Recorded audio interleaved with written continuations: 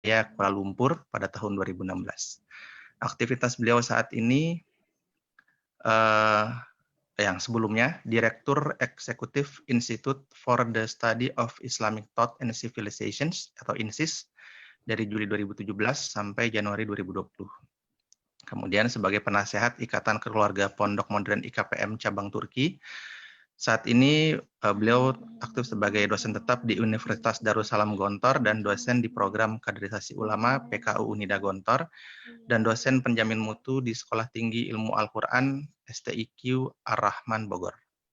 Karya tulis yang beliau sudah telurkan. Yang pertama, konsep kesetaraan dalam kesaksian perempuan antara perspektif wahyu dan perspektif gender, Jurnal Peradaban Islam Tsaqofah pada tahun 2016. Mawakif beriman dengan akal budi, Jakarta, INSIS 2019, dan yang berikutnya, Islam, Gender, dan Keluarga, Diktat Seri Kuliah, INSIS 2018, tebal 120 halaman, yang ini dalam proses penerbitan insya Allah. Baik, itu sedikit perkenalan mengenai pembicara kita. Selanjutnya, acara berikutnya adalah Tasmi'ul Quran, Surat Al-Kahfi, ayat 1 sampai dengan 10, yang insya Allah akan disampaikan oleh Ananda Cantika. Ya, sebentar. Ya, kepada Ananda Cantika dipersilakan. Assalamualaikum warahmatullahi wabarakatuh. Waalaikumsalam warahmatullahi wabarakatuh. A'udzu billahi minasy syaithanir rajim. Bismillahirrahmanirrahim.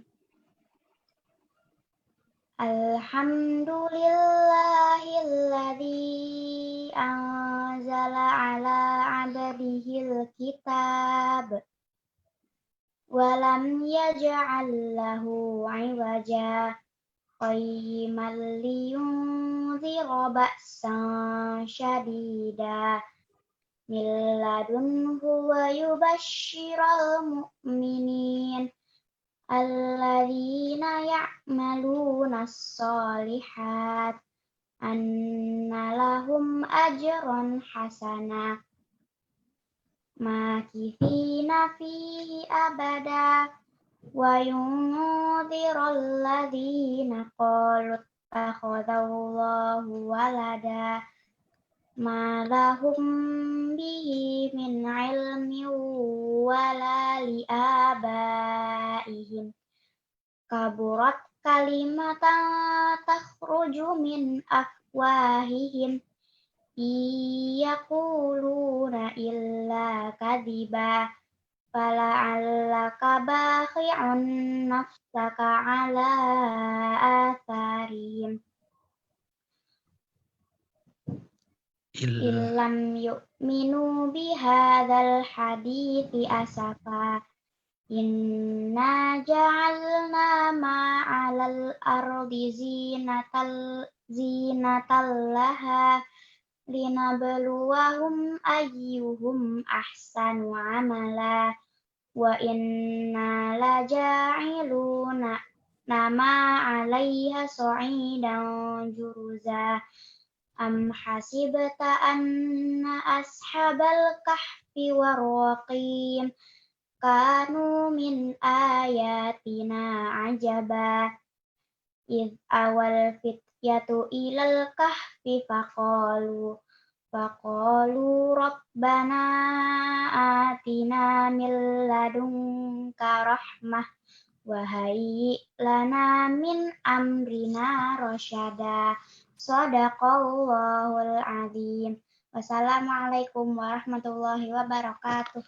Waalaikumsalam warahmatullahi wabarakatuh. Terima kasih kepada Ananda atas bacaan Suratul Kahfi ayat 1 sampai 10. Semoga kita yang mendengarkan Allah berikan rahmat dan keberkahan atas bacaan tersebut. Baik, Bapak Ibu sekalian, kita akan segera masuk ke acara inti dari malam hari ini.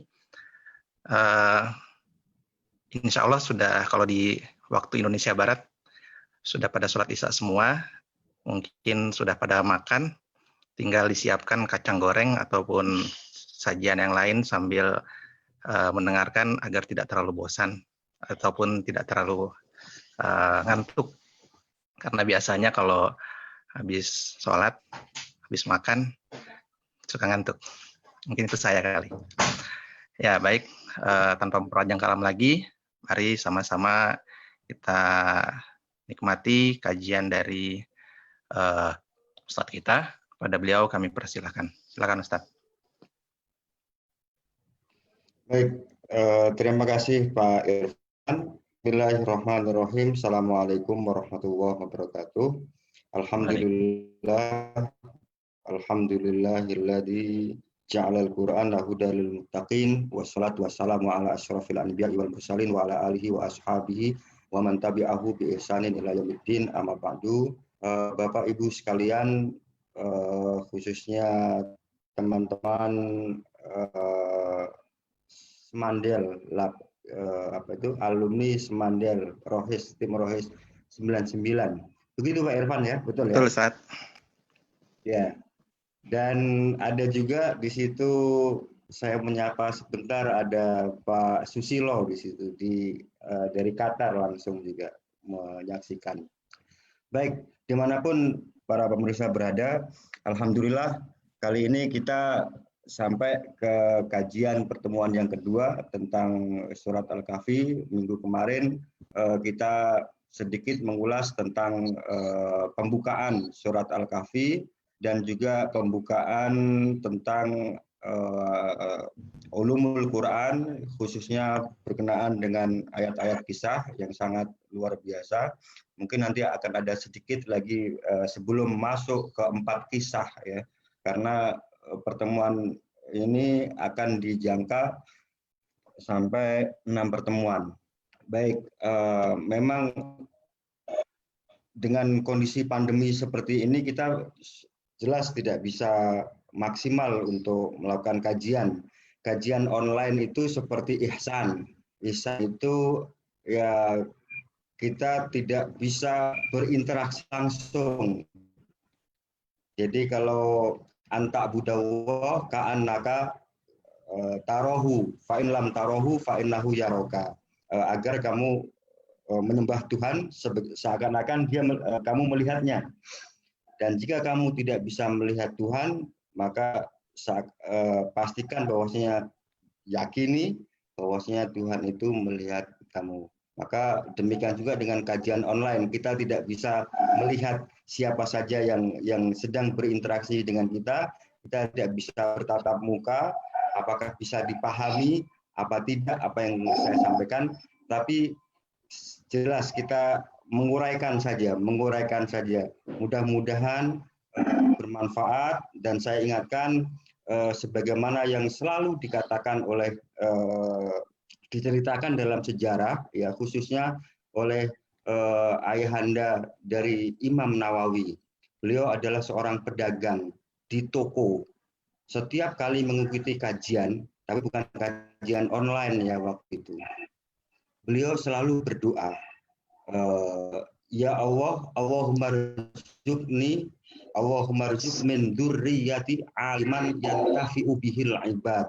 Ya Allah, berilah aku rezeki di antara anak cucuku nanti ada seorang dari mereka yang muncul tumbuh kembang menjadi seorang alim ulama yang besar, sehingga dia mempunyai ilmu yang bisa bermanfaat bagi seluruh orang, dan alhamdulillah terkabul. Itu salah satu doa dari ayahnya Imam Nawawi yang hanya seorang pedagang di toko, tapi rajin mengikuti kajian-kajian offline waktu itu.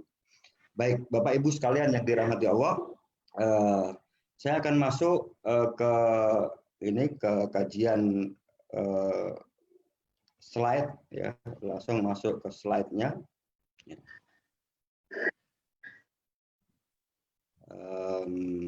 Baik, kita mulai dari kajian tentang pandangan umum tentang surat Al-Kahfi, bahwasanya surat Al-Kahfi ini kalau kita hayati, kita diingatkan terus untuk mengkajinya, membacanya, mentadaburinya, bahkan disuruh juga untuk menghafal dan pasti melaksanakannya, ya, kandungannya itu setiap pekan. Dari Jumat ke Jumat kita terus diikat. Sebagai seorang mukmin kita diingatkan terus. Ya. Kenapa? Sebab ini bisa menjadi asas membangun peradaban yang berkeadaban. Peradaban manusia yang betul-betul memanusiakan manusia.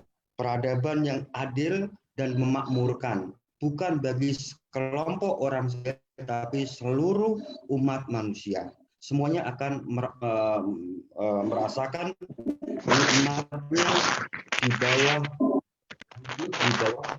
agama Islam, hidup di bawah peradaban yang dibangun oleh nilai-nilai yang sangat memakmurkan itu. Maka asas pembangunan peradaban berbasis Al-Kahfi, di situ ada agama, ilmu, kemudian kekuasaan, dan harta. Ini adalah pondasi peradaban, di mana pondasi-pondasi ini pokok-pokok yang akan menyangga peradaban itu. 4 pilar utama yang menyangga tegaknya peradaban. Sebaliknya, jika keempat-empatnya runtuh atau salah satunya runtuh, atau bahkan yang paling pokok, misalnya agama sebagai ruh peradaban itu runtuh, maka meskipun peradaban itu tinggi, ya, tinggi menjulang atau sangat besar, dia tidak akan mempunyai tidak akan bisa memakmurkan, baik di sisi khususnya dari sisi rohaninya saja. Kita bisa melihat peradaban di Barat itu, ya, peradaban yang bertumbuh dan berkembang tidak berdasarkan agama, sehingga kemajuan teknologi itu membuat mereka berputus asa, membuat mereka tetap banyak bunuh diri. Orang hidup bahagia di dunia, ya, dengan kekayaannya, dengan teknologinya dan seterusnya, tapi semuanya itu tidak membuatnya mereka tentram. Karena apa? Karena salah satu ruh peradaban itu hilang, tamadun. Tamadun bahasa Arabnya, yaitu artinya peradaban. Tamadun, ya, berasal kata dari ad-din, yaitu agama. Makanya ad-din kemudian dia juga membentuk kata Madinah atau kota, dan juga membentuk kata tamadun, yaitu peradaban. Jadi agama itu ketika diaplikasikan oleh satu komunitas, ya, di sebuah tempat, ya, maka tempatnya itu disebut Madinah, kota. Dan jika mereka melakukan kerja-kerja pemakmuran, ya, gitu, akhirnya dia akan menjadikan tamadun. Tamadun berarti peradaban. Ya, jadi peradaban Barat saat ini, ya, meskipun maju berkembang, masih saja dengan kemajuannya itu masih saja banyak orang bunuh diri. Padahal dia bukan miskin, bukan tidak punya pekerjaan. Dengan segala kekayaannya itu gampang sekali dia bunuh diri, termasuk di Jepang, termasuk di Singapura dan seterusnya, karena ada ketimpangan yang luar biasa di situ.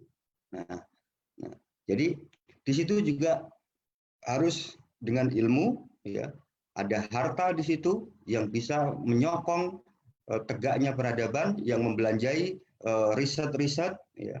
Ini semuanya dulu tidak ada yang namanya copyright. Segala penemuan oleh ulama-ulama dalam Islam itu dibiayai oleh Baitul Mal wa Tamwil. Buku yang sudah diterbitkan, kalau itu bermanfaat, ditimbang berapa kilo, kemudian diganti emas, kemudian dikasih lagi insentif dan dibeli copyright-nya. Nah, ternyata itu semuanya, ya, menjadi peradaban cepat sekali berkembang. Demikian juga dengan kekuasaan. Kekuasaan ini yang akan menjadi polisi yang mengatur masyarakat ya, supaya adil, makmur, ya, mereka tidak menakut-nakuti, ya, sebagaimana daulah Islamiyah pada umumnya rata-rata seperti itu. Dia betul-betul menjadi mustakmir, jadi melakukan kerja-kerja pemakmuran di situ. Maka runtuhnya salah satu atau semuanya itu, disitulah kehancuran peradaban. Maka kehancuran peradaban akan terjadi jika agama tidak bisa menjadi pilarnya, ilmu juga diabaikan, ya. Harta juga kebanyakan orang-orang miskin, atau harta yang bermanfaat itu hanya untuk digunakan untuk kerusakan, foya-foya, dan lain sebagainya. Makanya kita melihat bahwasanya dalam surat Al-Kahfi ini banyak sekali kata-kata yang diulang-ulang. Pada pertemuan pertama kemarin, ya, ada 6 kali kata-kata zina dan yang semakna itu paling tidak 6 kali diulang-ulang dalam satu surat ini. Karena apa? Karena fitnahnya, ujian harta itu sangat besar sekali. Nah, oleh karena itu, ya, kita diingatkan bahwasanya pentingnya kisah dalam Al-Quran itu, ya, ini seperti difirmankan Allah dalam surat Hud, ya, wa kullan naqussu 'alaika min amba'ir rusuli ma nusabbitu bihi fuadaka. Ini digunakan, ya, cerita-cerita metode Allah untuk menjelaskan hukum dan hakamnya itu adalah untuk tasbit, untuk meneguhkan, menetapkan kalbu Nabi Muhammad SAW. Sebab apa? Sebab ternyata dalam berdakwah itu menyampaikan ajaran-ajaran Allah itu sangat banyak sekali rintangannya, banyak sekali memeras tenaga psikis, ya, kondisi kejiwaan, mental, dan seterusnya. Dan kisah-kisah itu adalah hiburan bagi Rasulullah untuk menetapkan, menguatkan hatinya bahwasanya nabi-nabi sebelum kamu juga mengalami hal yang serupa. Bahkan ada yang dibunuh, disiksa, dibakar, dan seterusnya. Jadi kisah-kisah itu adalah untuk menguatkan hati Nabi Muhammad SAW dan orang-orang yang menindaklanjuti atau melanjutkan estafet misi kenabian Rasulullah, yaitu alim ulama hingga saat ini. Makanya di situ waja'aka fi hadhil haqqu wa mau'izatan wa dzikra lil mu'minin. Ini fungsi daripada kisah itu. Ini adalah untuk menguatkan, ya, bahwasanya ajaran Islam adalah ajaran yang hak. Lawan kata hak adalah batil, dan ini tidak perlu diperdebatkan lagi. Dan dalam kisah itu ada mau'izah, ada pelajaran, ada nasihat, ada motivasi, wa dzikra, dan peringatan bagi orang-orang yang mau percaya, bagi orang-orang yang mempercayainya. Dan yang tidak percaya silahkan saja. Makanya generasi salaf, generasi terdahulu, ya, salafus soleh itu mengatakan al-hikayatu, jadi kisah-kisah dalam Al-Quran itu adalah tentara dari tentara-tentara Allah. Untuk apa tugasnya? Untuk menguatkan, ya, hati, kalbu para wali-walinya. Imam Abu Hanifah bahkan mengatakan kisah-kisah, ya, cerita-cerita dan ibroh tentang biografi atau biodata ulama-ulama itu, ya, dan cerita tentang kebaikan mereka itu lebih dicintai oleh Imam Ahmad Ibnu Hanbal, Imam Abu Hanifah, daripada ilmu fikih yang banyak. Kenapa kisah-kisah ini lebih dicintai? Sebab cerita tentang kebaikan-kebaikan ulama selama hidup mereka di tengah masyarakat, ini adalah adab satu kaum, takaran atau standar etika yang berlaku dalam sebuah masyarakat yang hidup pada waktu itu. Makanya bisa menjadi tolak ukur. Nah, di situ juga dalam surat Al-An'am disebutkan ulaika ladzina hadallahu fa bihudahum iqtadi. Jadi mereka itulah orang-orang yang mengikuti petunjuk Allah, dan dengan petunjuk Allah itu mereka selalu mengikutinya, mengikuti petunjuk tersebut. Oleh karena itu, Dr. Nawal Aid mengatakan, barang siapa yang menginginkan as-sabat, keteguhan, tidak mudah terombang-ambing dalam masa-masa, zaman-zaman yang penuh cobaan ini, falyaqra fi qasasil anbiya, maka hendaklah dia mendalami, membaca, menelaah kisah para nabi-nabi. Karena di situ banyak cerita-cerita ya yang bisa menimbulkan giroh kita bangkit lagi, semangat kita bangkit lagi. Nah, di situ kita sekarang masuk dalam pembukaan surat Al-Kahfi. Surat Al-Kahfi, a'udzubillahi minasyaitonirrajim, sebagaimana yang dibacakan oleh adik kita tadi, sangat luar biasa dan sangat mengharukan suaranya. Alhamdulillahilladzi anzala ala abdihil kitaba wa lam yaj'al lahu iwaja. Surat Al-Kahfi ini didahului dengan pujian Allah kepada dirinya. Alhamdulillah. Surat-surat yang lain yang didahului dengan pujian Allah terhadap dirinya, paling tidak ada 5, yaitu surat Al-Fatihah. Kalau kita tidak menghitung Bismillah sebagai awal daripada surat. Alhamdulillahirabbil alamin, ini berkaitan dengan alamin, kosmos. Segala sesuatu selain Allah itu disebut alam, disebut alam semesta. Maka di sini kosmos ya, dalam pandangan Islam itu berbeda dengan pandangan orang yang materialisme. Kalau pengertian alam semesta dalam pandangan Islam, selain Allah itu adalah alam semesta, baik itu yang gaib maupun yang syahadah, yang empirik, yang terlihat. Jadi ada alam malaikat, alam jin, alam setan, alam gaib, semuanya ini ya. Terus ada alam yang musyahadah, yang terlihat, empiris. Ini Al-Fatihah ya. Terkait langsung dengan kosmos, alam semesta. Demikian juga dengan surat Al-An'am, alhamdulillahilladzi khalaqas samawati wal arda wa ja'ala dzulumati wan nur. Di sini juga berkaitan dengan alam semesta. Penciptaan langit dan bumi. Allah menciptakan gelap dan cahaya, siang, malam, dan siang. Kemudian ternyata dengan kondisi seperti itu masih saja ada orang-orang yang ingkar kepada Tuhannya dan berbuat zalim. Kemudian surat Al-Kahfi ini lain sendiri. Ya. Kalau 4 yang lainnya semuanya berkaitan dengan kosmos, penciptaan langit dan bumi, ya. Kemudian menciptakan siang dan malam, menciptakan malaikat sebagai utusannya, dan seterusnya. Tetapi dalam surat Al-Kahfi ini tidak berhubungan langsung dengan alam semesta. Tetapi di sini Allah memuji dirinya, alladzi anzala ala abdihil kitab.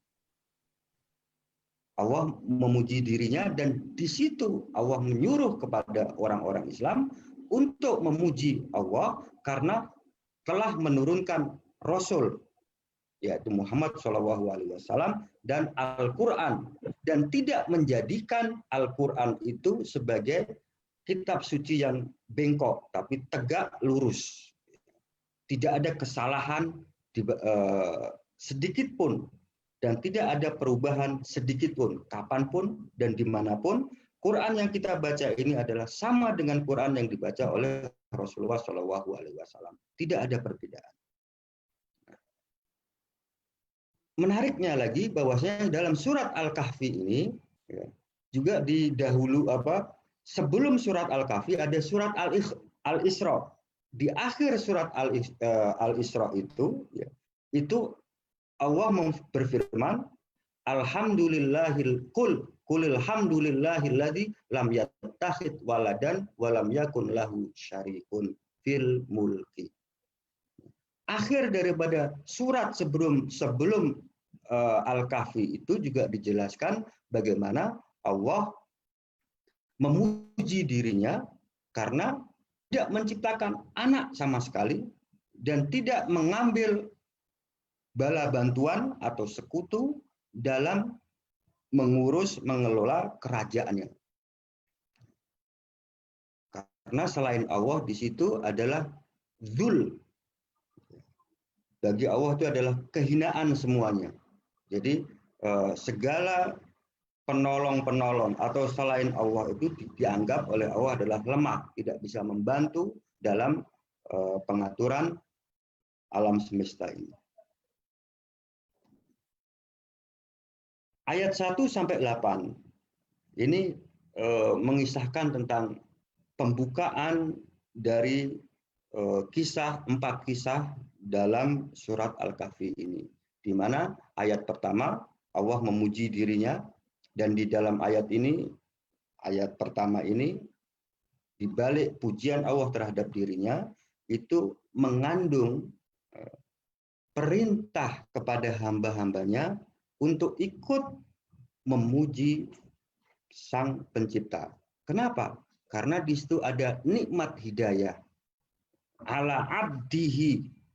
Jadi khusus bahwasanya disebutkan abdihi di situ atas hambanya itu adalah Nabi Muhammad SAW. Di situ adalah nikmat yang khusus bagi Rasulullah secara pribadi dan secara umum bagi umatnya semuanya. Dan Allah menurunkan Alkitab, yaitu Al-Quran. Makanya di situ Al-Quran sebagai qayyiman, tidak ada iwajan, tidak ada bengkok-bengkok, tidak ada yang belok-belok begitu, tidak ada kontradiksi dalam ayat-ayat Al-Quran. Bahkan Al-Quran disebutkan dalam ayat kedua itu qayyiman, mustaqiman. Al-Quran sebagai petunjuk yang tegak, lurus, telah mencakup semua petunjuk amal soleh yang membawa kepada kebahagiaan bagi jiwa, karena di dalamnya ada qimah, ada value yang tegak membimbing agar selamat dari ba'san syadidan, dari siksaan Allah yang sangat pedih. Maka dalam surat Al-Kahfi ini ada 4 ujian, seperti ujian iman yang diwakili dalam kisah pemuda Al-Kahfi, ada ujian harta, pemilik 2 kebun, terus kemudian ujian ilmu, kisah antara Nabi Musa dan Nabi Khidir, ya.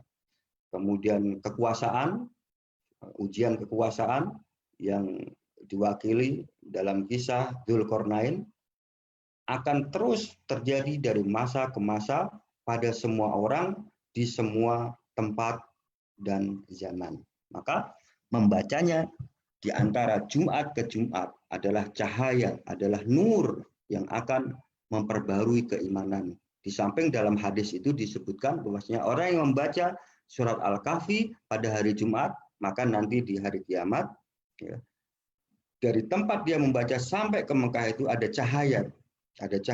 Maka semakin jauh dari Mekah, maka dia cahayanya juga memancar sangat jauh dari tempat dia tinggal, dari tempat dia membaca. Wallahu a'lam bishawab. Dan di samping itu, dia juga akan memperbarui keimanan jika kita tidak hanya berhenti pada pembacaan saja, tetapi tadabbur, kemudian menjadi perisai pertahanan dari fitnah Dajjal. Semoga kita diselamatkan. Maka di sini ya, jelas sekali ala abdihi. Ya. Jadi nikmat Allah itu kepada Nabi Muhammad jelas sekali, ya, karena dengan ditunjuk menjadi nabi dan rasul, kemudian mendapatkan petunjuk, ini adalah nikmat yang luar biasa bagi Nabi Muhammad, dan bagi para pengikutnya. Ini adalah Al-Quran, Alkitab di sini tidak ada kontradiksi sama sekali.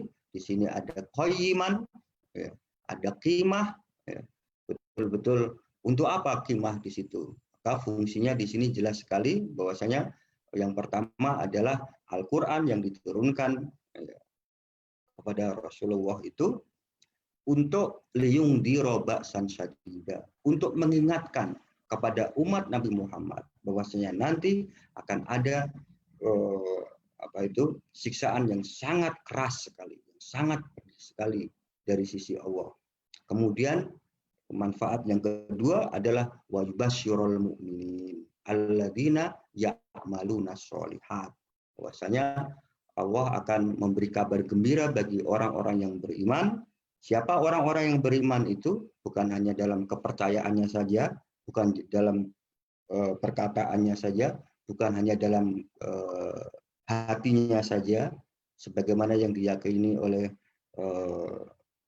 aliran seperti Murji'ah, gitu. Tapi di situ menguatkan dengan ya'maluna sholihat, dengan amalannya, amalan bil jawarih, dengan anggota tubuhnya. Nah, di sini juga fungsinya wayung dirol ladina qalu takhadallahu walada, penganut agama-agama aliran-aliran yang menyimpang, yang meyakini Allah mempunyai anak. Ini adalah meremehkan dalam Islam. Ini adalah dalam ajaran Islam, keyakinan seperti ini berarti meremehkan Sang Pencipta. Jadi menyamakan Tuhan dengan makhluknya. Kemudian di sini juga dijelaskan ma lahum bihi min ilmin wala li abaihim. Orang-orang yang mempunyai keyakinan seperti ini, yang menganggap Allah mempunyai anak ini, mereka sama sekali tidak mempunyai ilmu. Demikian juga orang-orang sebelumnya, kakek nenek buyutnya itu sama sekali tidak mempunyai ilmu, dan ini dianggap sangat kaburot kalimatan, perkataan yang muncul dari mulut mereka itu dianggap pernyataan yang sangat besar di sisi Allah, karena memperkatakan tentang Allah di luar ilmu pengetahuan mereka. Maka dalam Islam jelas ya, di sini malahum min ilmin, orang yang berkata-kata tentang Tuhan tanpa dilandasi dengan ilmu yang benar, sangat dicela sekali. Maka Islam mengajarkan berketuhanan harus berlandaskan ilmu wahyu. Memahami wahyu juga mempunyai metodologi yang jelas, bukan menurut prasangka, dugaan, dan persepsi-persepsi yang liar, inovatif, apalagi imajinatif. Nah, kita bisa melihat di sini bahwasanya qayyiman liyung dirobaksan syadida. Di sini qayyiman. Qayyiman tadi qimah, ada qimah di situ. Ada mustaqim, ada petunjuk yang lurus, yang tegak, yang betul-betul murni dari Allah, tidak berubah kapanpun dan dimanapun. Di situ makanya ya, konsep nilai dalam Islam itu seperti kesalehan, apa yang disebut baik dan buruk, benar dan salah, ya, dan seterusnya itu tidak pernah berubah dan secara tetap permanen merujuk pada sumber yang jelas, yaitu wahyu. Misalnya jelas dari dulu sampai sekarang dalam Islam itu yang namanya mencuri itu dosa, yang namanya minuman khamr itu dosa, yang namanya lesbian, homoseksual, dan perilaku yang menyimpang itu jelas dosa, sebagaimana ya tertulis dalam Al-Quran, dan itu kapanpun dan dimanapun berlaku.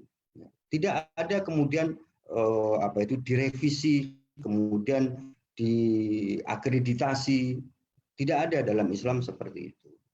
Jadi jelas sekali dimanapun dan kapanpun tetap ya, valid. Dan ini beda dengan konsep nilai versi manusia sekuler. Kita bisa lihat di sini misalnya Einstein, dia mengatakan ya, intinya ya, saya percepat saja. Dia meyakini bahwasanya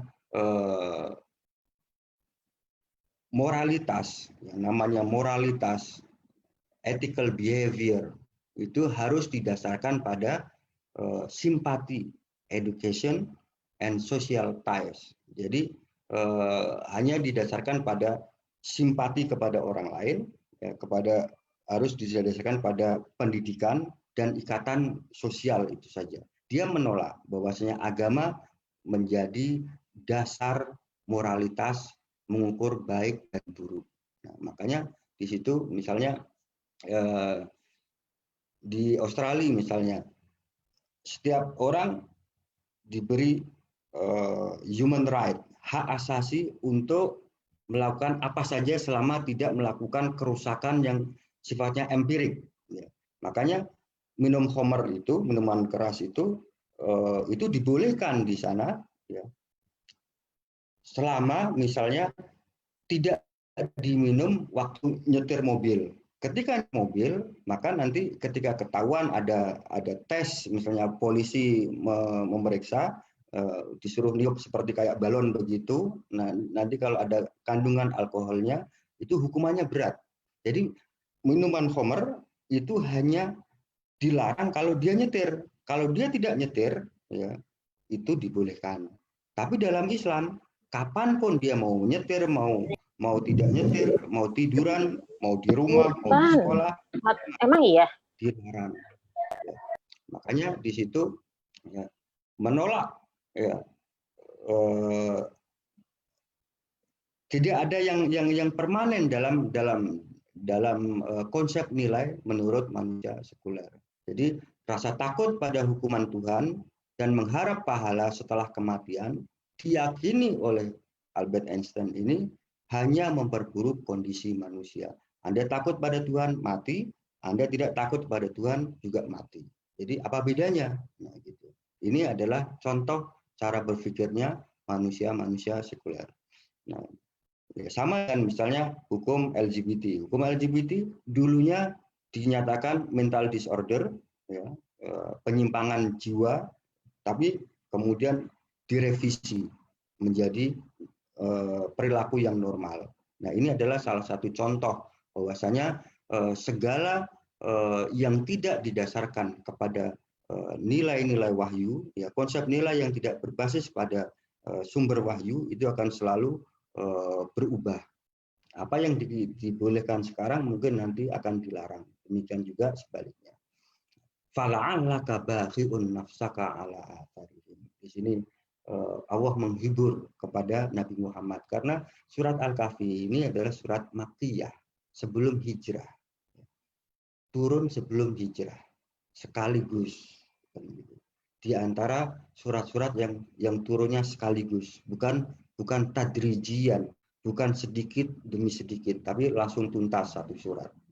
Karena asbabun nuzulnya seperti yang kita jelaskan kemarin, ada yang menguji dari orang musyrik. Nabi Muhammad tanpa mengatakan insya Allah menyuruh mereka datang besok. Ternyata wahyu belum datang untuk menjawab 3 pertanyaan dari kaum musyrik. Bisa kita lihat di kajian kemarin yang pertama. Di sini ayat 6 ini menghibur Nabi Muhammad. Fala'allaka bakhi'un nafsaka ala athari. Mungkin kamu akan sangat bersedih sehingga kesedihanmu itu wahai Muhammad mungkin bisa mencelakai diri kamu, membinasakan diri kamu sendiri. Kenapa Anda bersedih sampai sebegitunya? Karena wujud kasih sayang Nabi Muhammad itu sebagai seorang rasul yang melihat langsung bagaimana neraka, ya, waktu Isra Mi'raj, bagaimana surga, sudah dikasih bukti-bukti, sudah dikasih mukjizat, sudah dijawab pertanyaannya tentang Ashabul Kahfi, tentang Dzulqarnain, tentang ruh, tapi masih saja tidak percaya. Maka Rasulullah sangat bersedih, masih ada saja orang-orang yang tidak mau beriman dengan Al-Quran yang dibawa itu, yang diwahyukan kepadanya itu. Maka kesedihan itu luar biasa. Makanya di sini ayat ini betul-betul menghibur, bahwasanya janganlah membinasakan dirimu dengan kesedihan atas mereka yang tidak mau beriman. Tugasmu wahai Muhammad hanya menyampaikan seruan untuk beriman dan berusaha sebisa mungkin membuka pintu-pintu akses-akses hidayah, serta berusaha sebisa mungkin menutup segala akses kesesatan, yaitu dengan memberikan pencerahan, keilmuan, dan seterusnya. Makanya hati-hati di situ ya, terhadap misalnya ada golongan yang sesama ahlu sunnah wal jamaah, meskipun kita tidak sepakat dengannya, tapi untuk misalnya ya, untuk menutup pengajian yang dilakukan itu hati-hati sekali. Kenapa? Sebab menutup pengajian ini dampaknya sangat besar sekali. Sebab Allah melalui lisan Rasulnya yang sangat dicintai mengatakan, salaka thoriqan yaltamisu fihi ilman sahalallahu lahu thoriqan ilal jannah. Bahwasanya barang siapa yang keluar rumahnya ya, menempuh satu jalan untuk mencari ilmu, maka Allah melapangkan, memudahkan jalan baginya menuju surga. Lalu sebaliknya, mafhum mukhalafahnya, pemahaman yang kebalikannya adalah orang yang menyulit atau mempersulit atau menutup akses-akses jalan menuju ke majelis taklim, maka tentu Allah akan melapangkan, memudahkan jalan menuju ke neraka karena menghalangi orang untuk mendapatkan ilmu. Makanya hati-hati di situ, jangan karena perbedaan yang sifatnya furu'iyah kemudian kita tutup, kita demo, Ustadz ini nggak boleh pengajian di komplek ini, apa urusannya? Itu mengajarkan Quran, hati-hati di situ. Selama ya, dia tidak menyebarkan kemungkaran, itu kita tidak boleh berlaku situ. Karena itu kita sama-sama umat Nabi Muhammad. Rasulullah akan sangat marah sekali ketika misalnya ada umatnya, ya, ada orang-orang yang meneruskan ya, misi kenabiannya, melanjutkan mengajarkan ajarannya itu dihalang-halangi. Ingat, kita hanya mengandalkan syafaat Nabi Muhammad Shallallahu Alaihi Wasallam. Makanya di situ ditekan lagi dalam tafsir yang paling kuat itu adalah tafsir ayat dengan ayat. Maka dalam Al-Quran ya, yang makna semisal dengan ayat ini yang menghibur Rasulullah, misalnya ada dalam surat Fatir ini kalau tidak salah, falatadhab nafsuka alaihim hasarot. Jangan biarkan, ya, surat Fatir ayat 8. Jangan biarkan dirimu binasa karena kesedihan terhadap mereka yang ingkar, tidak mengikuti, tidak mau mengimani ajaran agama. Ada lagi misalnya falatahzan alaihim walatahzan alaihim. Surat An-Nahl ayat 127. Jangan kamu bersedih kepada kelakuan mereka, pada orang-orang seperti mereka itu. Sudah biarkan saja. Di situ dalam surat Asy-Syu'ara ayat 3 juga menjelaskan ayat yang makna yang semisal la'allaka bakhi'un. Bakhi'un itu artinya mencelakai diri sendiri karena sedih, atau kesedihan itu bisa membuat celaka diri sendiri. Seperti misalnya banyak orang yang terlalu bersedih sehingga kemudian meninggal, ibu yang ditinggal seorang anak atau ibu yang ditinggal oleh suaminya, atau termasuk Sultan Bayazid I. Nah, itu ketika kalah perang ya, kemudian ditawan oleh Timur Leng, karena malunya, karena sangat sedihnya, akhirnya beliau mati dalam tawanan timur langit itu. La'allaka bakhi'un nafsaka ala ayakunu mu'minin. Kenapa mereka tidak mau beriman? Nggak usah terlalu bersedih, sudahlah. Ini juga misalnya dalam ayat ke-7 selanjutnya, inna ja'alna ma'alal ardi zinatan laha linabluwahum hum ahsanu amala. Bahwasanya segala apa yang diciptakan Allah di muka bumi ini adalah sebagai zina, perhiasan bagi dunia ini. Untuk apa? Untuk linabluwahum, untuk menguji manusia. Siapakah di antara manusia itu yang paling zuhud, yang tidak berlomba-lomba secara tamak mengumpulkan harta benda dunia. Zuhud berarti dengan segala kekayaan yang kita miliki itu, kekayaan itu tetap di tangan kita, bukan di hati kita. Di tangan kita artinya kita mudah melepaskan kapan saja, di mana saja ketika diperlukan. Apalagi untuk hal-hal yang sifatnya li'i'la'i kalimatillah, untuk meninggikan dan menegakkan agama Allah, ajaran-ajaran Allah. Maka aneh sekali kalau misalnya ada orang kaya raya mendekatkan diri dengan Allah hanya tahajud saja, dengan puasa sunnah-sunnah saja. Tidak seperti itu. Jihadnya orang berharta itu adalah dengan hartanya. Jihadnya orang berilmu itu adalah dengan ilmunya. Dia pantang menolak ketika tidak ada halangan yang sifatnya syar'i. Jihadnya seorang pemimpin, penguasa itu adalah kebijakannya. Dia memihak umat Islam atau tidak, berbuat adil atau tidak, memberikan kemakmuran kepada semuanya tanpa diskriminasi atau tidak. Apakah dia dengan kekuasaannya itu memberikan kelonggaran, akses kepada kemungkaran atau hal-hal yang ma'ruf. Nah, di situ itu adalah jihadnya para penguasa, dan itu nanti semuanya akan ditanya. Tidak lama. Kalau sekarang di era demokrasi paling lama di Indonesia misalnya paling lama 10 tahun. Kalau terpilih lagi, setelah itu tidak bisa dipilih lagi. Nah, makanya waktu yang 10 tahun itu akan ditanggung, akan dipertanggungjawabkan yang luar biasa. Tetapi keadilan seorang penguasa 1 hari saja itu nilainya jauh lebih besar daripada ibadahnya seorang ahli ibadah selama 500 tahun. Itu yang dikatakan oleh ulama salafus saleh. Nah, makanya di sini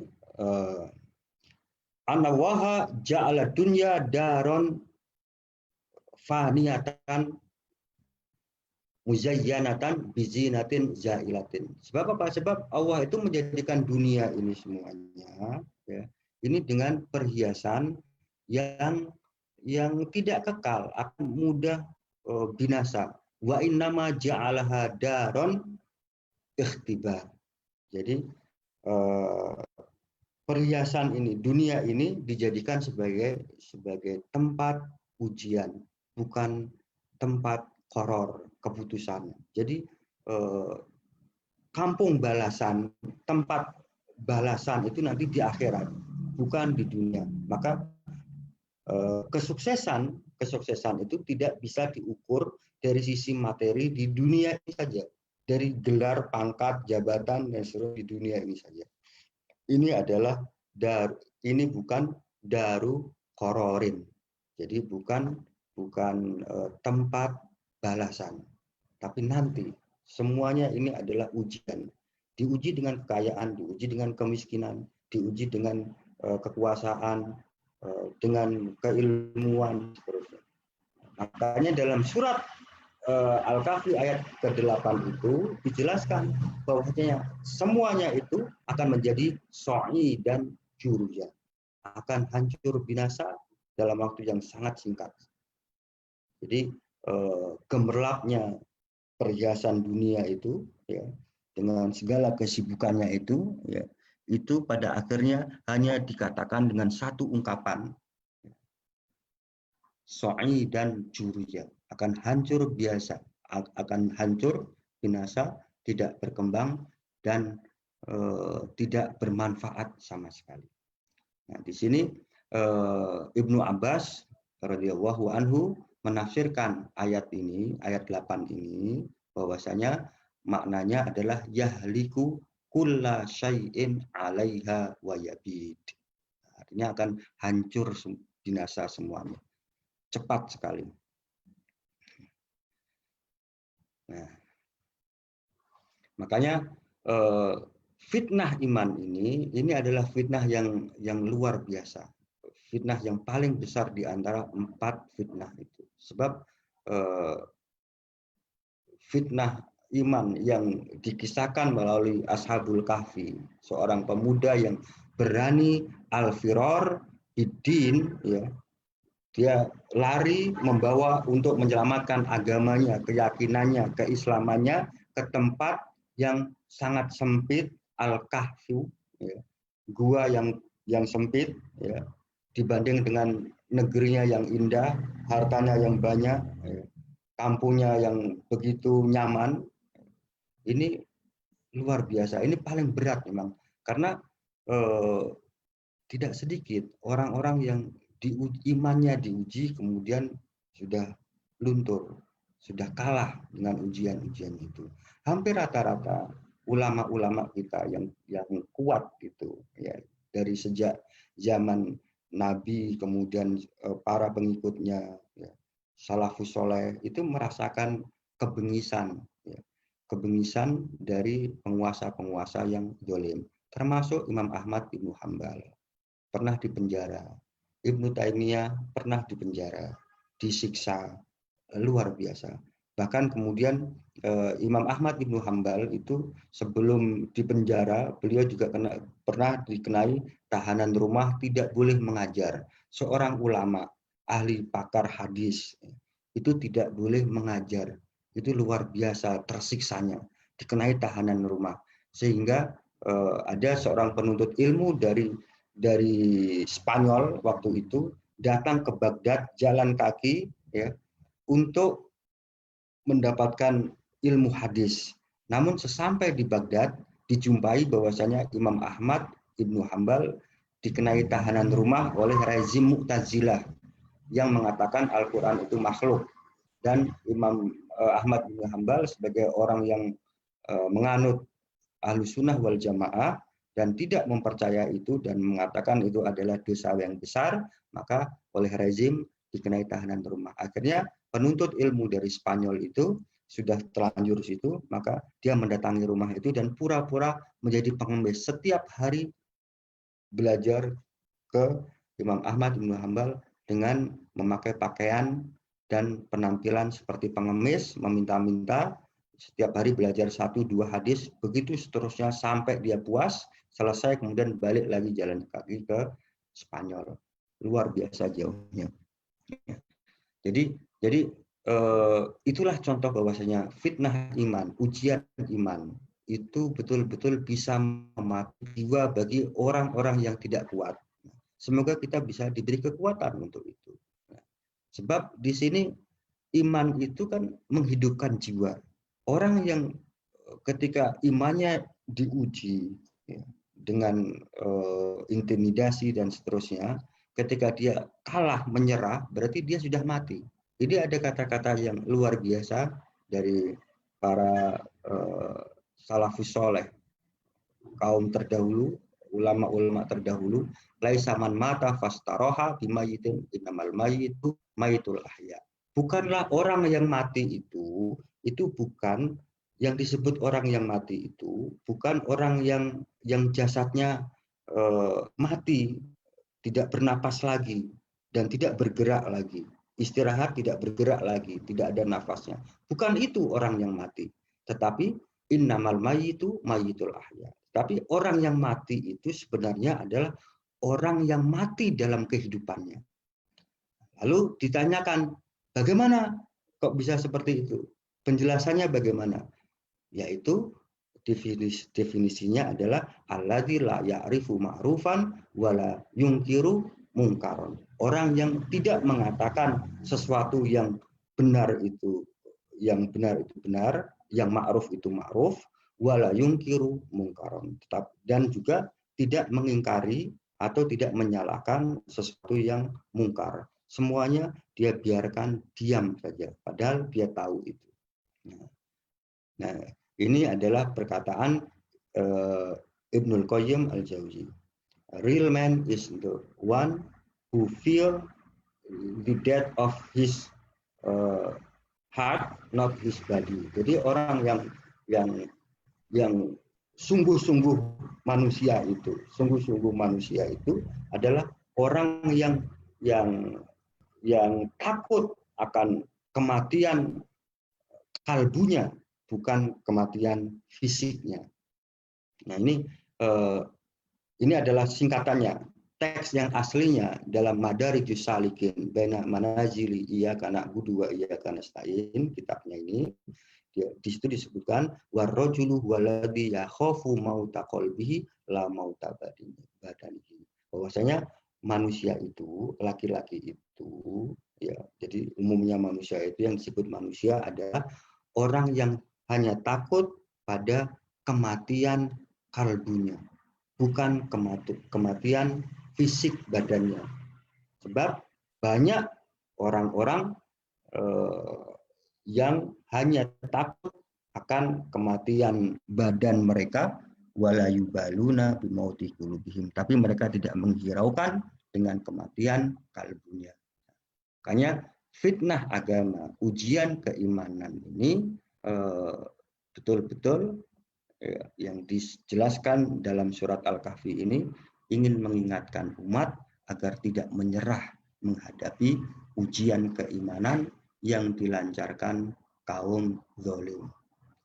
Dan selalu diingatkan agar tetap teguh dalam keyakinan meskipun dalam kondisi lemah, sebagaimana dicontohkan pemuda Al-Kahfi. Ini ayat 15. Terus bagaimana solusinya? Jelas yang pertama adalah hijrah, uzlah. Nah, kita mungkin di kebanyakan dunia ini, di segala penjuru dunia itu, kita terpaksa dikahfikan, ya, hampir 4 bulan gitu, ya, karena corona itu. Jadi betul-betul tidak boleh keluar kemana-mana karena virus itu. Nah, itu adalah gambaran yang kita rasakan. 4 bulan saja sudah banyak yang tidak kuat. Solusinya adalah meninggalkan lingkungan yang rusak. Hijrah. Disitulah makna hijrah. Disitulah makna uzlah, mengasingkan diri untuk menyelamatkan keyakinannya. Sudah diingatkan, tidak bisa, dan bahkan mengancam kita tidak boleh mati konyol. Dalam Islam itu kita diperintahkan untuk berhijrah. Karena bukankah bumi Allah itu luas, maka beruzlahlah, berhijrahlah. Dan membangun komunitas baru, otoritas, dan keterampilan yang memadai di mana tempat kita hidup yang baru itu. Makanya di situ disebutkan bahwasanya ayat 16 surat Al-Kahfi ini menjelaskan, carilah tempat berlindung, niscaya Allah akan memberikan sebagian, bukan semuanya, sebagian saja rahmatnya, dan menyediakan sesuatu yang bermanfaat untuk urusanmu. Mirfaqah. Ini yang pertama. Yang kedua, solusinya adalah kembali kepada Allah. Ayat 24, ingatlah kepada Tuhanmu dan berdoalah kepadanya. Yang ketiga, solusinya adalah berteman dengan orang-orang yang soleh. Ayat 24, yaitu tetap bersabar bersama orang yang berdakwah pada setiap pagi dan petang, tidak pernah berputus asa. Di sini sebab apa? Sebab kalau kita berteman dekat dengan orang-orang yang toleh, orang-orang yang buruk, yang jahat, yang berperilaku, berperangai kasar dan rusak, maka akan tertular. Sebab apa? Sebab su'ul khuluqi yu'di. Akhlak yang buruk itu pasti akan menular. Kemudian yang keempat, menjauhi orang yang memperturutkan hawa nafsunya, sehingga pada ujung ayat ke-28 ini disebutkan jangan mengikuti orang yang hatinya telah dilalaikan dari mengingat Allah karena memperturutkan nafsunya. Sebab apa? Sebab mereka ini akan tergolong orang-orang yang melampaui batas. Nah, di sini luar biasa janji Allah, ya, balasan atas keteguhan menjaga iman. Jadi Ashabul Kahfi ini hanya sebagai contoh saja. Ini contoh saja, dan orang-orang yang berjihad, bermujahadah, bersungguh-sungguh, ya, menegakkan agama Allah, berdakwah di jalan Allah, pasti akan mendapatkan kenikmatan baik di dunia dan di akhirat. Mereka orang-orang seperti pemuda Ashabul Kahfi tadi mendapatkan karomah dari Allah. Apa bentuk karomah? Kalau Nabi adalah mukjizat, tetapi kalau wali-wali Allah itu adalah karomah. Karomah yang diberikan Allah untuk Ashabul Kahfi ini ditidurkan selama kurang lebih 300 tahun lebih dalam gua dan diselamatkan dari makar orang-orang yang kafir. 300 tahun seakan-akan, ya, jam biologinya itu dihentikan. Tidak memutih rambutnya, tidak berkeriput kulitnya, tidak tidak buang air besar ataupun kecil, dan seterusnya. Nah, inilah bentuk rahmat kasih welas asih dari Allah Subhanahu wa taala kepada mereka.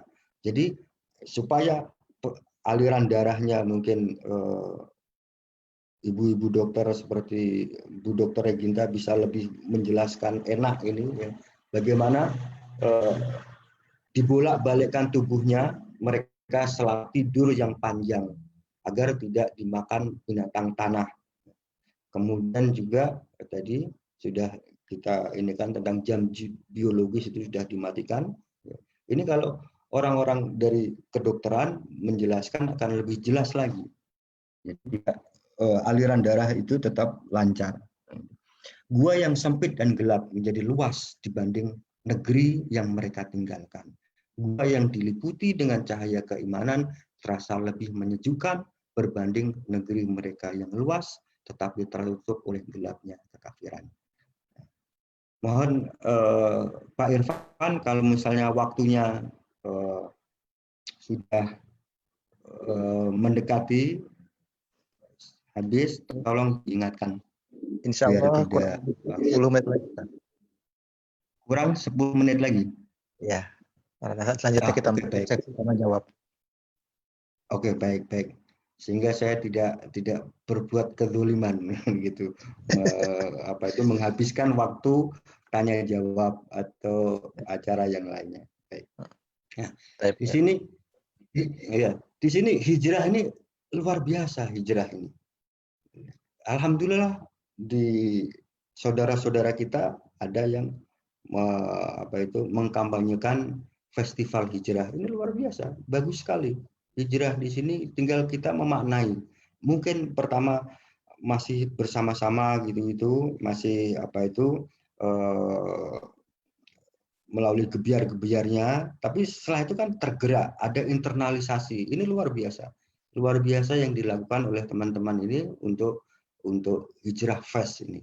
Dan ini bisa kita lihat dari Ashabul Kahfi, pemuda-pemuda, seorang pemuda-pemuda yang luar biasa. Ashabul Kahfi.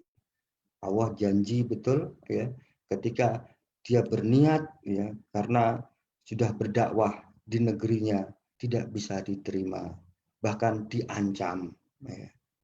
Dengan keyakinan yang seperti itu, ya, sudah kalau mereka tidak menerima, oke, itu hak mereka. Tetapi kalau sudah mengancam fisik, mengancam nyawa kita, Allah memerintahkan hijrah. Tidak boleh dalam Islam mati konyol. Berjihad bukan seperti itu. Berjihad, jihad nyawa itu harus ada yang ada yang lembaganya, institusinya, yaitu ada pemerintahannya. Itu kewajiban pemerintah, bukan kewajiban individu. Kewajiban pemimpin. Makanya tidak ada bom bunuh diri dalam Islam itu dinyatakan sebagai jihad, karena itu adalah kewajiban pemimpin, penguasa. Jadi bukan kewajiban individu-individu. Sama dengan kewajiban untuk menentukan satu Syawal, satu Ramadan. Itu bukan istihad orang per orang, individu per individu, tetapi itu adalah kewajiban negara, kewajiban komunitas, kewajiban umat yang diwakili oleh ulama-ulamanya. Kalau di negara-negara yang mayoritas non-Muslim, ya di situ ada Syekhul Islamnya atau muftinya. Itu yang berkewajiban untuk memutuskan besok puasa atau tidak. Besok sudah mengakhiri puasa atau belum. Nah, itu kewajiban muftinya.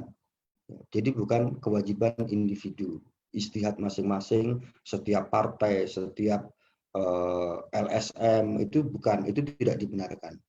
Nah, makanya Ashabul Kahfi ini ya di situ ketika diperintahkan untuk menyelamatkan nyawanya, berlindung fa'wu ilal kahfi, berlindunglah ke gua.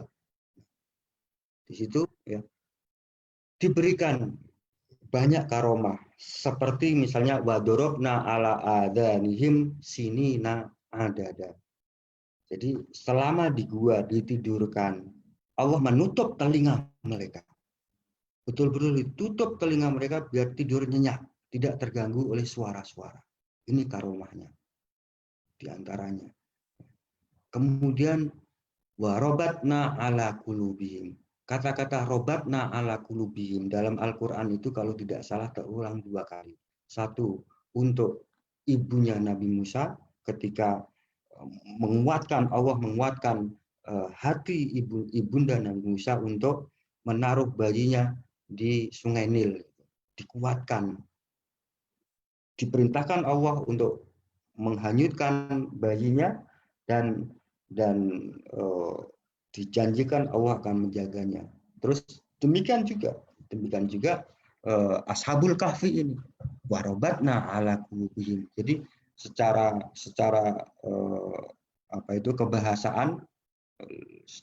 kebahasaan itu robatna itu artinya diikat, hatinya diikat. Maksudnya dikuatkan tekadnya. Jangan takut lagi. Makanya mengambil keputusan itu betul-betul atas perintah Allah. Kemudian mendapat lagi karomah yang surlakum rabbukum min rahmati. Dikasih sebagian nikmat kasih sayang Allah.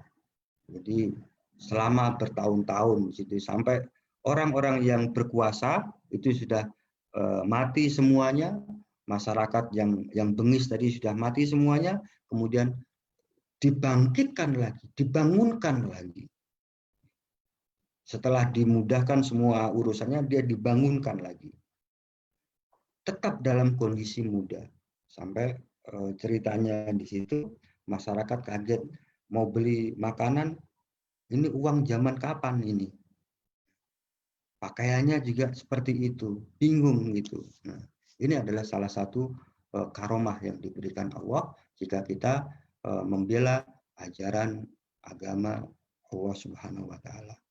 Dengan demikian betul-betul menjadi manusia yang merdeka.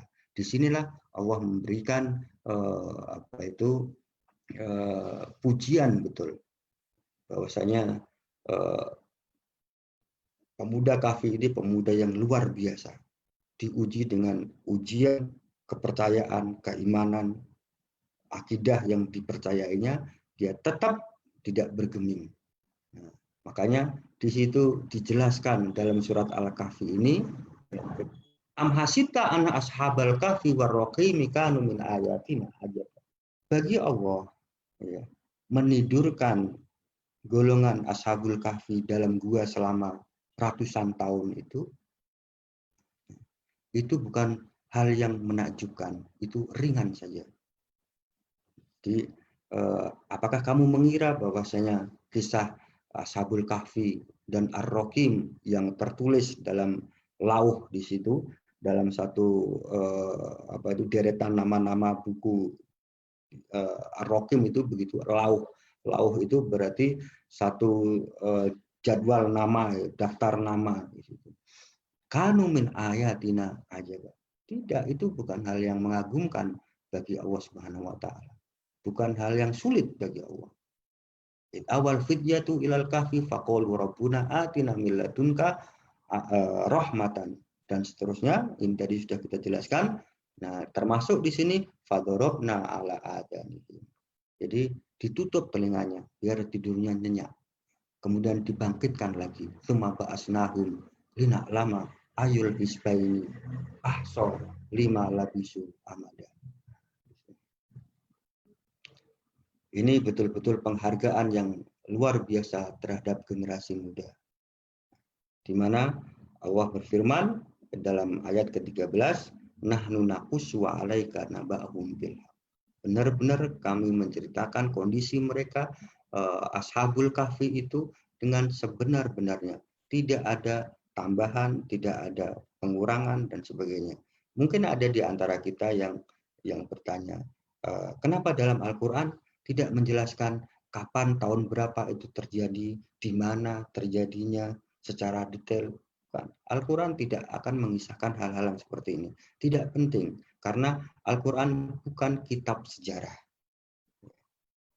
Yang diinginkan Al-Quran adalah pesan utama dari cerita itu adalah sampai. Dan ini sampai sekarang setiap orang akan menyukai cerita sebagai metode untuk menyampaikan satu misi, pesan-pesan yang mendalam. Diceritakan dalam Al-Quran, makanya Al-Quran itu bisa diakses oleh semua orang, semua usia, semua lapisan tingkat pendidikan. Semuanya bisa memahami dengan baik.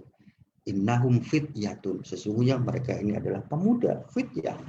Saya highlight di sini pemuda. Kenapa pemuda? Karena yang bisa kokoh teguh berpegang pada keyakinannya, menerima kebenaran pertama kali adalah pemuda. Dan pertama-tama pihak yang menerima seruan ajaran Rasulullah SAW adalah para pemuda. Ada Ali bin Abi Thalib, ada Umar bin Khattab, ada Zaid dan seterusnya, banyak sekali. Kebanyakan rata-rata adalah pemuda. Dan di tangan pemuda disinilah amrul ummah. Wa fi iqdamiha hayatah. Di tangan, di pundak para generasi muda ini, urusan satu bangsa itu akan diletakkan, diberikan kepada mereka. Dan dalam keberanian mereka, fi iqdamiha, keberanian para pemuda itu, hidup matinya sebuah bangsa. Jika generasi muda terlena, tidak digembleng, maka tunggu 10, 2 tahun, 20 tahun lagi negara itu pasti akan rusak berantakan. Sebab pemuda yang sekarang ini 10, 20 tahun atau 30 tahun lagi mereka akan menjadi pemimpin-pemimpin di negerinya masing-masing. Ketika tidak dibekali dengan keilmuan, maka negeri itu akan dipimpin oleh generasi-generasi yang tafih. Siapa generasi tafih itu?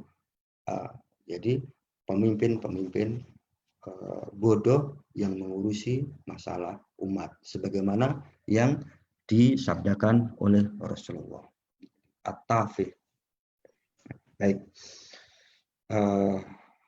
Sebelum terakhir di sini, makanya ruang yang sempit dalam gua itu terlihat luas, kemudian dari dunia yang isinya kekafiran, kemungkaran, dan itu gua yang sempit itu jauh lebih mendatangkan rahmat, kasih sayang daripada keleluasan harta benda di luar gua itu.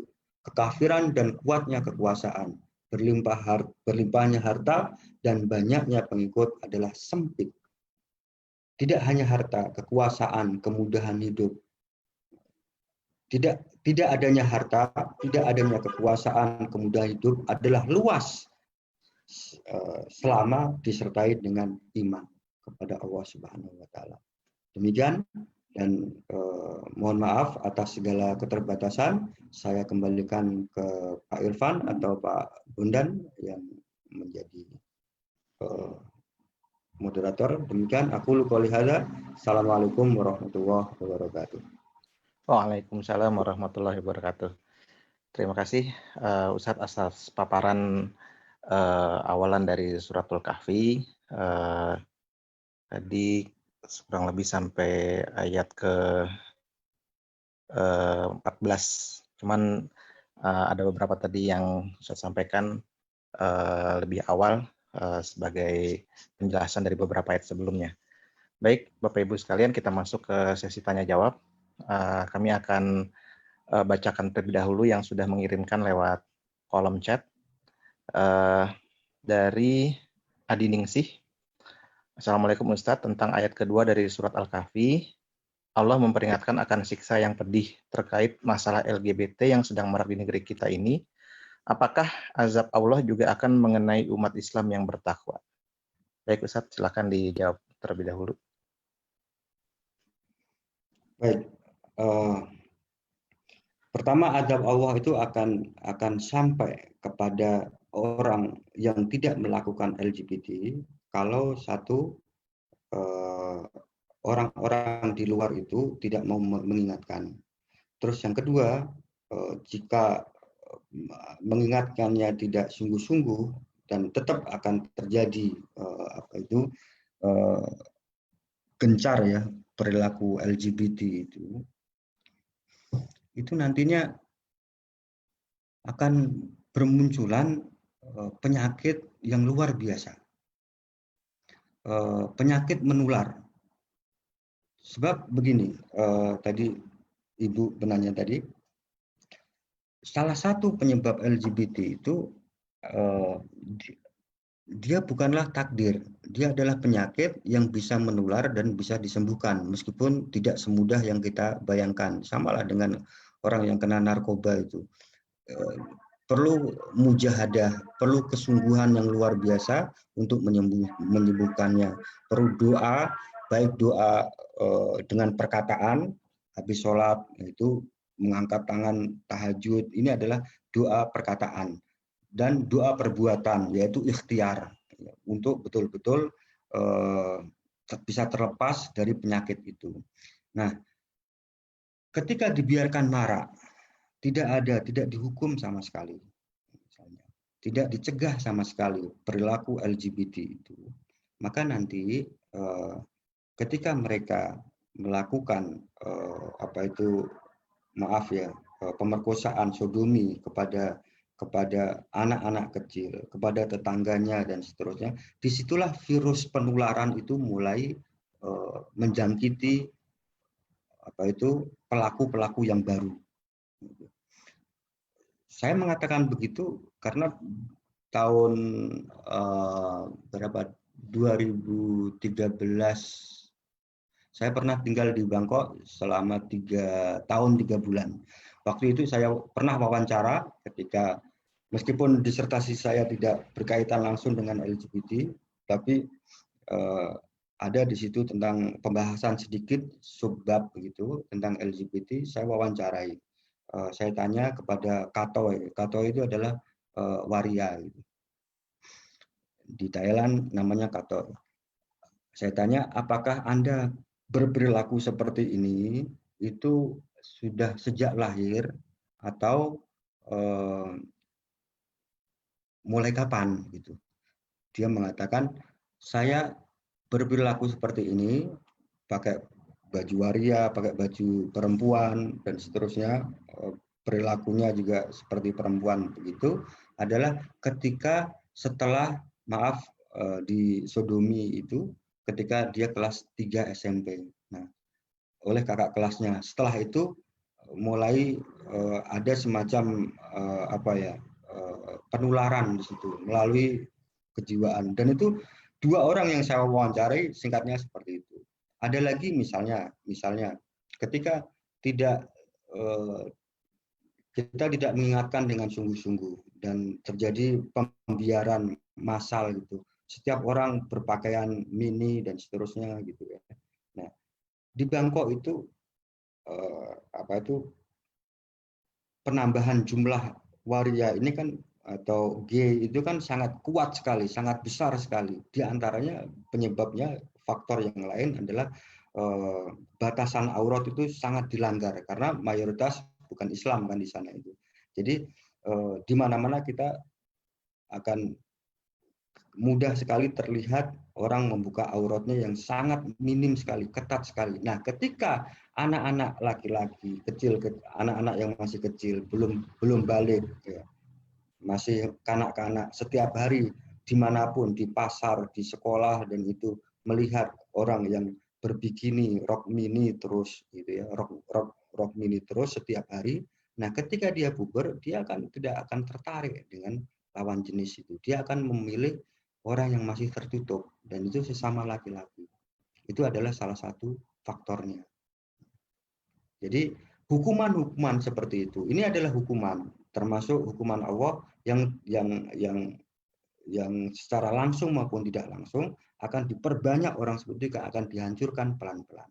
Sebab bedanya antara umat nabi-nabi sebelum Nabi Muhammad dengan umat Nabi Muhammad itu diantaranya tidak langsung cash and carry ya bentuk siksaannya, tetapi juga siksaan itu karena rahmat Allah mungkin masih ada ada dua faktor yang menghalangi azab Allah di dunia ini. Yang pertama adanya Nabi Muhammad. Sekarang ini beliau sudah meninggal, maka tinggal satu, istighfar.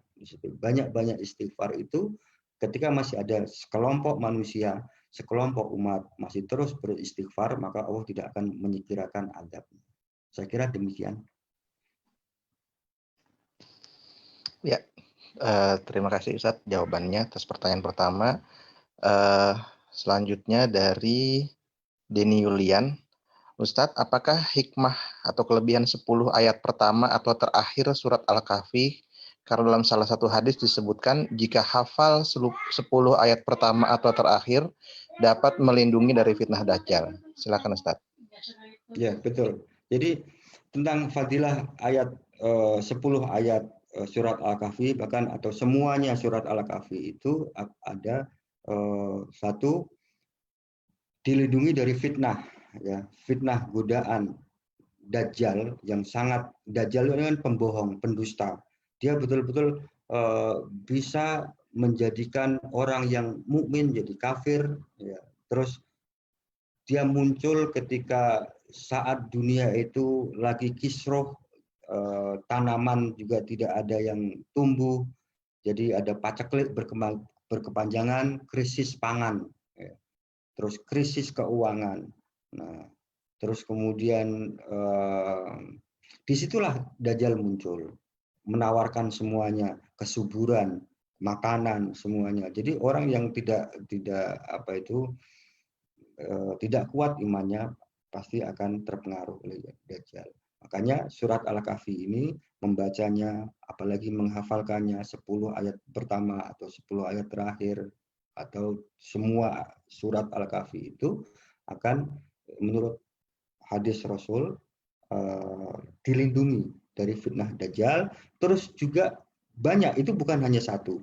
Hikmah-hikmah daripada surat Al-Kahfi ini juga di tempat ketika kita membaca, apalagi mengajak saudara-saudara kita, anak istri kita, ya, apalagi sambil bertadabbur terhadap surat Al-Kahfi itu, ya, dari tempat dia membaca sampai ke Makkah itu muncul cahaya nanti di hari kiamat.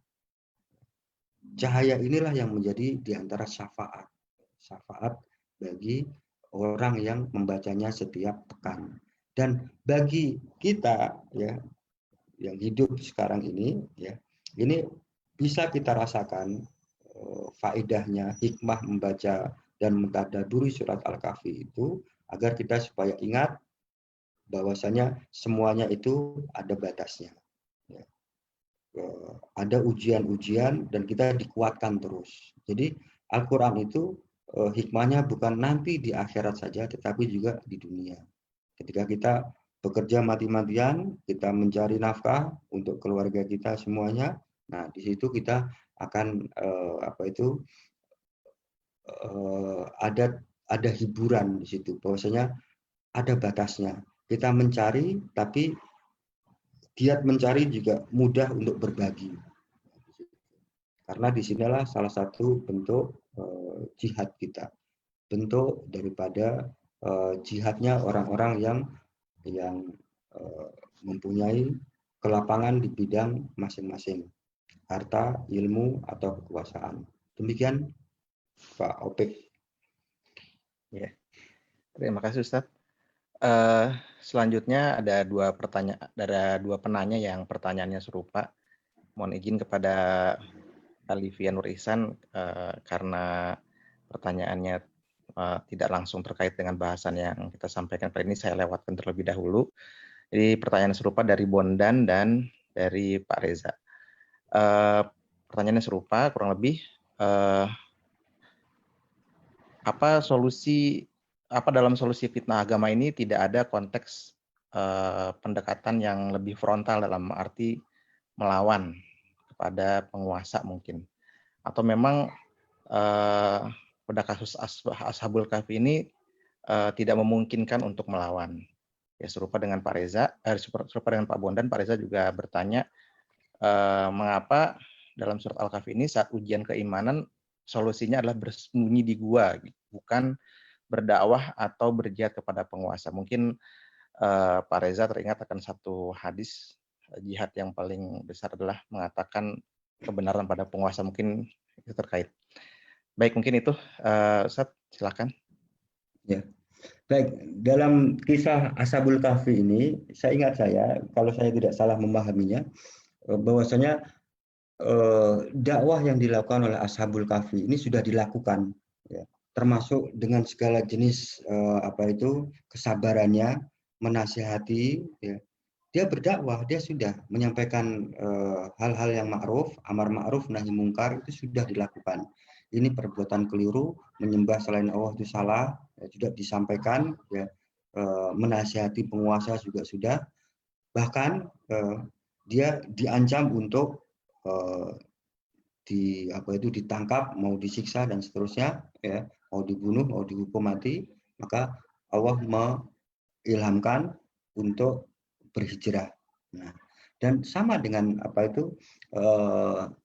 para ulama itu mengatakan begini, bahwasanya jika Anda termasuk diperintahkan oleh penguasa yang zalim, selama dia tidak melarang kamu untuk beribadah kepada Allah, maka patuhi aja dulu. Jangan terlalu frontal, karena frontal itu nanti akibatnya akan lebih besar lagi, parah lagi. Kita mungkin banyak hal-hal yang belum Islami begitu, ya, di negara-negara kita misalnya, di beberapa belahan negara. Tapi kalau misalnya setiap melihat undang-undang yang berbeda dengan aturan Islam, langsung kita tanggapi dengan frontal, maka Islam tidak akan berkembang. Nah, sekarang begini, contoh misalnya ketika kita hidup di Australia, hidup di negara-negara yang mayoritas bukan Islam. Saya di Australia waktu itu 1,5 tahun, di Thailand 3 tahun 3 bulan. Banyak sekali aturan-aturan yang melanggar hukum Allah, bertentangan dengan hukum Islam. Apakah kita langsung memprotesnya dengan frontal? Tidak bisa begitu. Kalaupun mau memprotes dengan frontal, jihad nyawa, itu sekali lagi itu ada amirnya, amir jihadnya.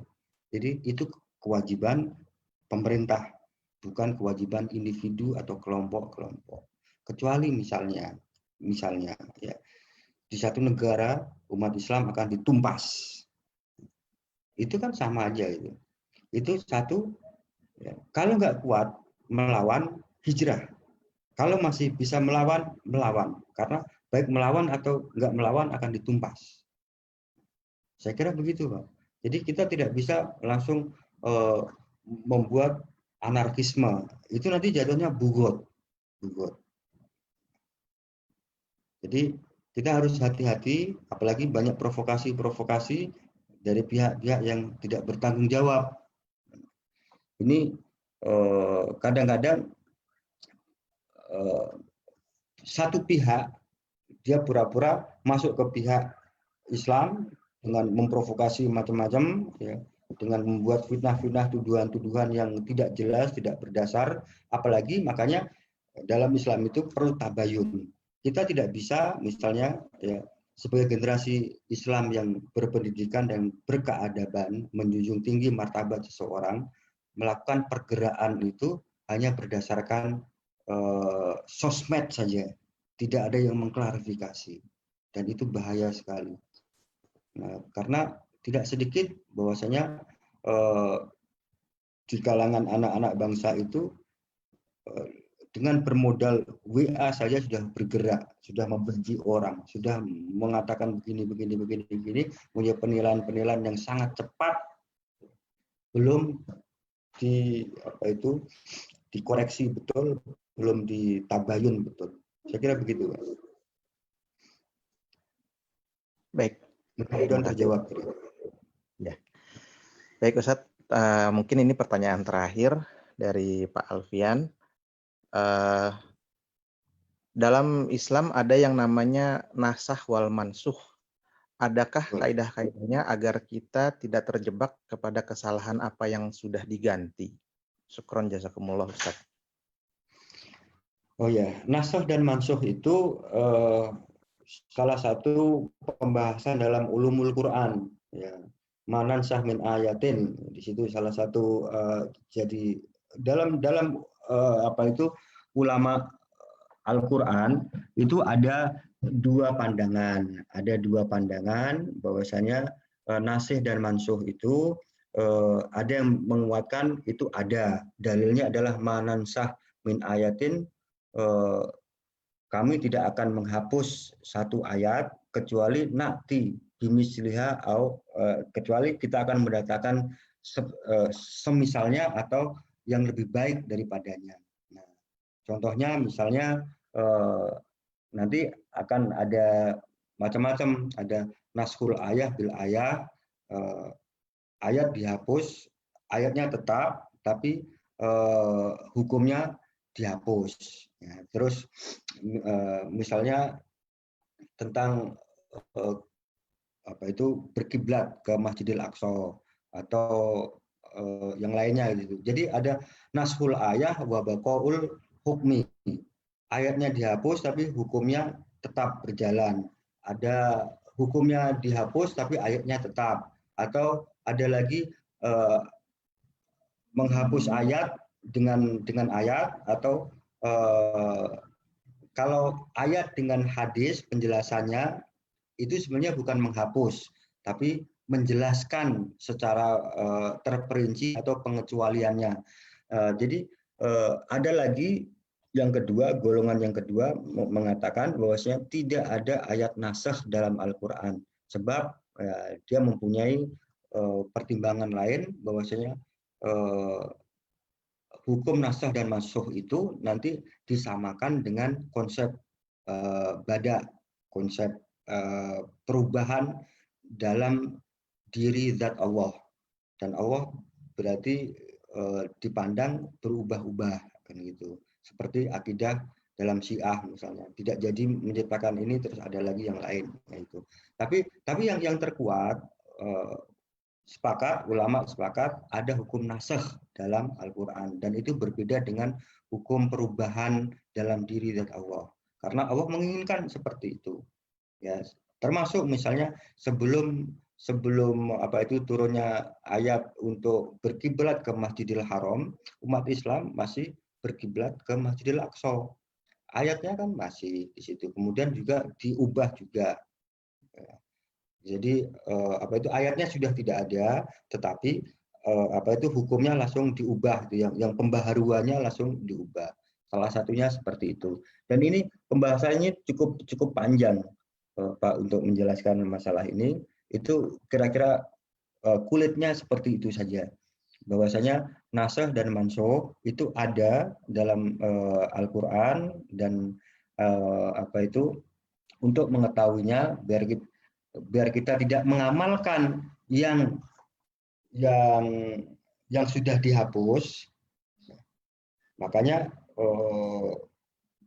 mengikuti pengajian, dan insya Allah apa yang dilakukan umat Islam ini tidak ada yang mentradisikan lagi hal-hal yang sudah dihapus dalam Islam.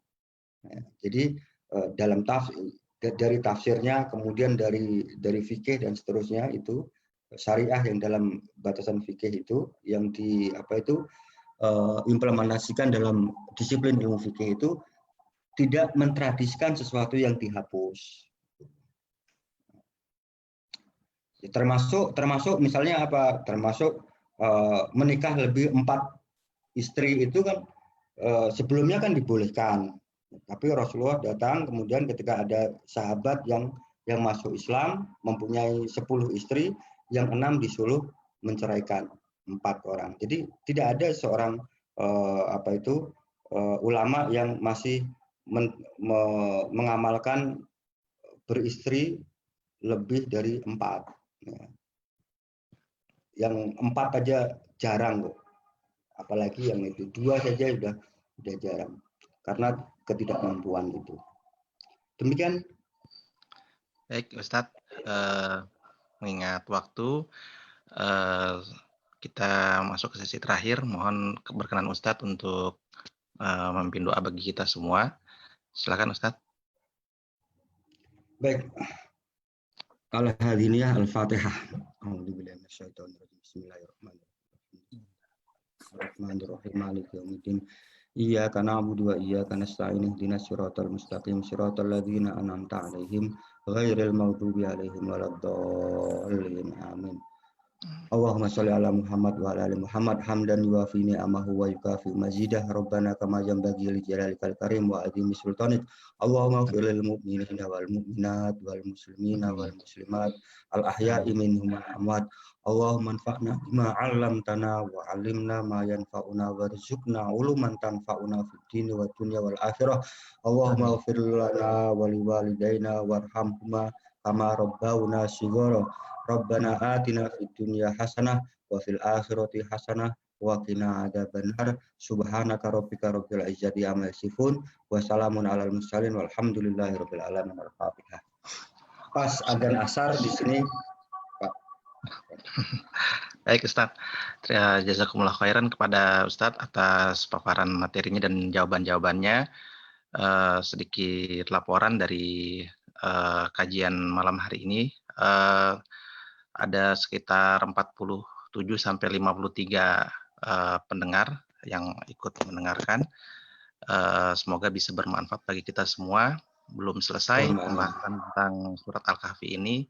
Insya Allah Rabu depan jam 7:30 malam waktu Indonesia bagian Barat akan kita lanjutkan kembali. Semoga Allah anugerahkan kepada kita semua kesehatan dan kemudahan untuk kembali mengikutinya.